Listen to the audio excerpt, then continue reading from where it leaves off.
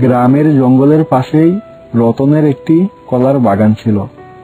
তার একমাত্র আয়ের উৎস ছিল তার এই কলার বাগানটি। অনেকদিন পরিশ্রম করার ফলে তার কলাগুলো প্রায় পেকে গিয়েছিল। কিছুদিনের মধ্যেই সে কলাগুলো বিক্রি করে দিবে। সারাক্ষণ বাগানে থাকার পর রতন যখনই খাবারের জন্য বাড়িতে যায়, তখনই তার বাগানের কলাগুলোর উপর চোখ পড়ল দুষ্ট বানর ও শিয়ালের। শিয়াল ভাই, দেখে আসো তো বাগানে কেউ আছে কি না।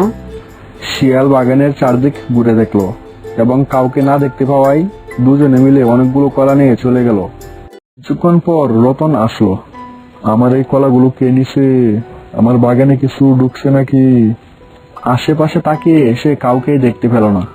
পরের দিন সে আবার খাবারের জন্য বাড়িতে যায়, আর তার ফাঁকে আবারও বানর আর শিয়াল কলা নিয়ে চলে যায়। এবং কিছুক্ষণ পর রতন এসে দেখে আজকেও তার কলাগুলো চুরি হয়ে গেছে। তা দেখে সে অনেক কষ্ট পায়, কারণ তার এত কষ্টের ফল অন্য কেউ এসে নিয়ে চলে যায় তা সে কোনোভাবেই মানতে পারতেছে না। তাই সে চোর ধরার জন্য একটি পরিকল্পনা করলো। পরের দিন সে অনেকগুলো বড় বড় পাথর সংগ্রহ করলো এবং পাথরের উপরে সে কিছু কলা রাখলো এবং পাথরের সামনে সে অনেকগুলো কলার বাকল এমন ভাবে বিছিয়ে রাখলো যেন সেগুলো দূর থেকে কেউ না বুঝতে পারে।